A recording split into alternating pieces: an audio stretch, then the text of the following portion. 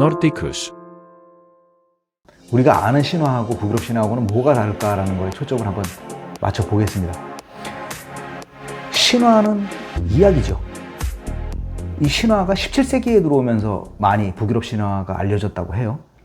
그 언어학을 연구하시는 분들, 종교학을 연구하시는 분들, 또 심리학, 고대 인류학을 연구하시는 분들이 북유럽 신화에 대해서 연구를 하시면서 이것이 이 나라 지역의 신화하고는 좀 다른데? 저 나라하고는 좀 비슷한데? 해가지고서 지금까지도 계속 연구할 학문으로 남아있고 지금도 계속 연구를 하고 있는 중이라고, 그래서 알려졌다고 합니다. 더욱더.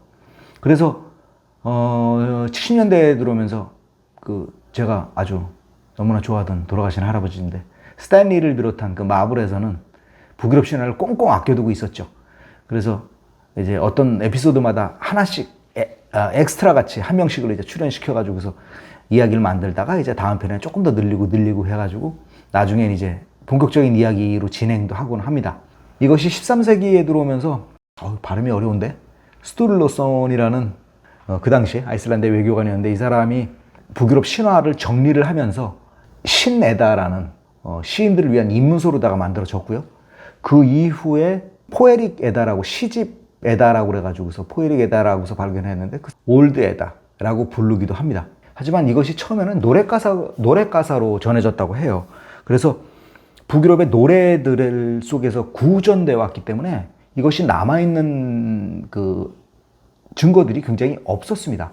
그래서 찾기가 힘들었었고, 또 그 당시에는 그 북유럽이 문자로다가 기록하던 시기가 아니었기 때문에 언젠가 말씀드린 그 룬스톤에 새겨져 있었고요. 군데 이제 있었던 거를 모아가지고서 만들었기 때문에 굉장히 수집하기가 힘들었었다고 합니다. 이 북유럽 신화를 다른 그리스, 로마 신화와 비교해 봤을 때 다른 점은 첫 번째로 자연주의라는 생각을 합니다.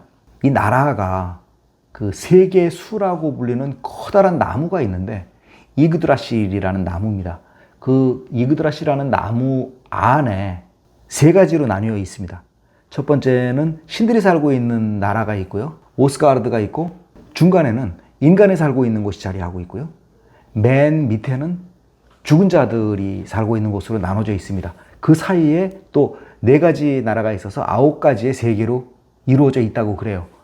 우선 이 나라들이 나무까지라는 하나의 커다란 그 자연 속에 있는 것도 놀랍거니와, 이것이 연결되어 있는 것은 마법의 무지개 다리라고 부르는 비프로스트를 통해서 이 세계들이 연결되어 있다고 합니다. 근데 여기에 들어가 있는 이 세계들이 어떤 곳은 불이라든지 태양이라든지 뭐 달이라든지 하는 하나의 우리가 알고 있는 가치로 이루어져 있는 나라거든요. 그러니까 이런 세상은 그 당시에 바이킹들이 해역을 떠돌면서 또 자기 그 자손들한테 이야기를 해주면서 자기가 살고 있는 자연에 대해서 알고 있던 가치를 벗어날 수 없었고, 그 가치 내에서 북유럽 신화가 쓰여졌다는 생각을 하고 있습니다. 우리가 있는 세상뿐 아니라 거기에 나오는 내용들을 보더라도 그 당시의 사람들이 상상할 수 있는 것이 사실 다른 지역보다도 더 척박했고 더 외로운 곳이었잖아요. 그러니까 더욱 자연에 집중할 수밖에 없었다. 자연주의로 나갈 수밖에 없었다라는 생각을 하고 있습니다. 지금 우리가 봐서 이것이 자연주의지, 그 당시는 이것이 아마 세계의 전부가 아니었을까라는 생각을 하고 있습니다. 또 하나는 평등사상을 꼽고 싶은데요. 이 평등사상은 로마나 그리스 신화에서는 찾아볼 수 없는 사상들입니다.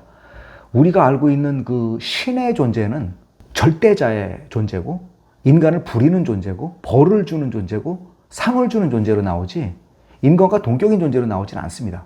하지만 북유럽 신화에서는 바이킹들의 생활이 그랬잖아요. 우선 선장이나 선원이나, 지금 우리가 추측을 해보면은 선장이 뭐 예를 들어서 뭐 반을 갖고 나머지를 나눠 갖고 뭐 이렇게 좀 신분의 차별을 둬서 나눠 가졌을 것 같은 추측을 하지만, 그거는 절대 그렇지 않았습니다.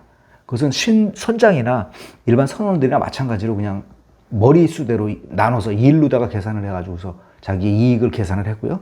우리가 지금 가끔 가다가 찾는 그런 뷔페 식당의 문화가 바이킹들의 문화에서 나왔습니다. 어떤 사람이 먼저 많이 먹으면 다른 사람은 못 먹고, 또 일을 나눠서 하는 그런 조직 문화에서 한 사람이 먼저 먹으면 나중에 이제 일을 마치고서 돌아오는 사람이 먹을 수 없었기 때문에 동시에 식사를 한다든지 해서 분배를 하는 것은 굉장히 평등하게 분배를 했다고 해요.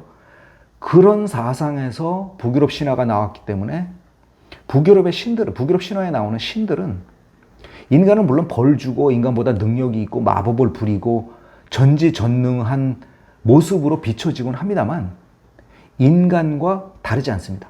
신이 인간을 다스리는 절대자적인 존재이기 때문에 제 추앙을 받으십시오 하는 그런 모습이 아니라 어떨 때는 내 부모같이 베풀어주는 존재로, 또는 내 자식같이 귀여움을 주는, 즐거움을 주는 존재로, 길을 알려주는 존재로, 또는 내 연인같이 나에게 푸근함을 주고 내 부족한 부분을 채워주는 그런 존재로 북유럽 신화의 신들은 씌워졌습니다.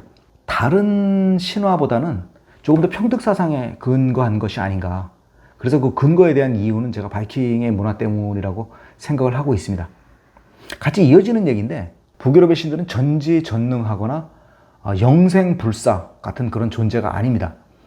북유럽 신화가 마지막에 우주 멸망이라는, 그러니까 전 세계가 멸망한다는 얘기죠. 그런 우주가 멸망한다는 라그나로크라는 얘기가 나옵니다. 라그나로크는 혼돈의 세계라는 소리에서 나오는 건데, 뭐 게임이나 영화에서도 있었죠. 겨울이라는 이름입니다. 근데 핀불베트르가 찾아오는데, 그 핀불베트르가 찾아오는 겨울이 굉장히 극심한 겨울이었다고 해요. 혼란 속에서 우리가 살고 있는 위그드라실이 진동을 합니다. 진동을 해서 그 진동으로 인해서 그런 거인 로키, 거대 늑대 펜리르가 진동 때문에 풀려나게 됩니다. 로키나 펜리르가 풀려나면서 아까 말씀드린 그 저승의 여신 헬하고 거대 뱀 요르문간트를 비롯한 악의 그 무리들이 이제 그룹을 지어가지고 신들을 공격하러 옵니다. 그 신들 공격에는 인간도 가담을 했고요. 또 인간이 신들을 위해서 싸운 인간들도 있었고, 그러니까 같이 인간과 신의 전쟁이 벌어집니다. 그런데 그 전쟁을 하는 와중에 그 신들의 왕인 그 제우스 같이, 그리스 신화의 제우스 같이, 북유럽 신화에서는 오딘이라는 신이 있는데 펜리르와의 결투에서 전사를 하게 됩니다. 그리고 망치를 들고 있는 토르 있잖아요. 토르도 그 요르문간드라는 그 거대 뱀과의 전투에서 승리를 했습니다만 그 싸우다가 묻은 뱀의 독으로 인해서 사망하게 됩니다. 그래서 그 이후에 나타난 불의 거인 수르트가 천지를 불지르게 됩니다.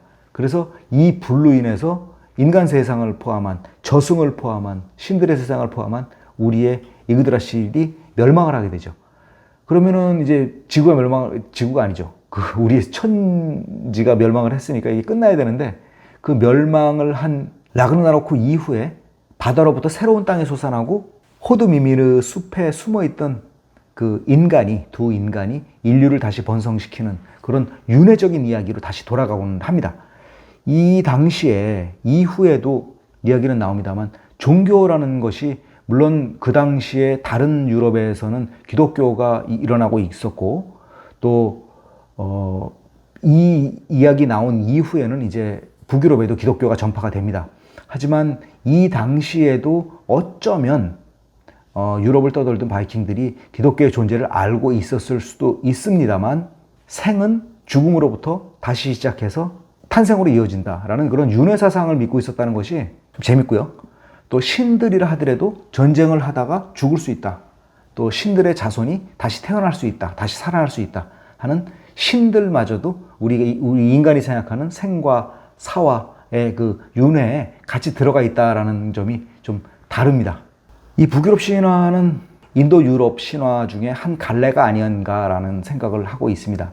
물론 그 아까 말씀드린 자연주의라든지 평등이나 그 영생불사의 존재가 아닌 그 신들의 존재를 통해서 다른 신화와는 조금 성격이 다릅니다만, 그래도 세계관이 존재하고요. 그 세계관 속에서 인간과 신들의 관계를 통해서 신화를 구성해 나간다는 점은 인도, 유럽 신화에 비슷한 내용이 아니었나라는 그런 연구 결과 때문이라고 생각을 합니다.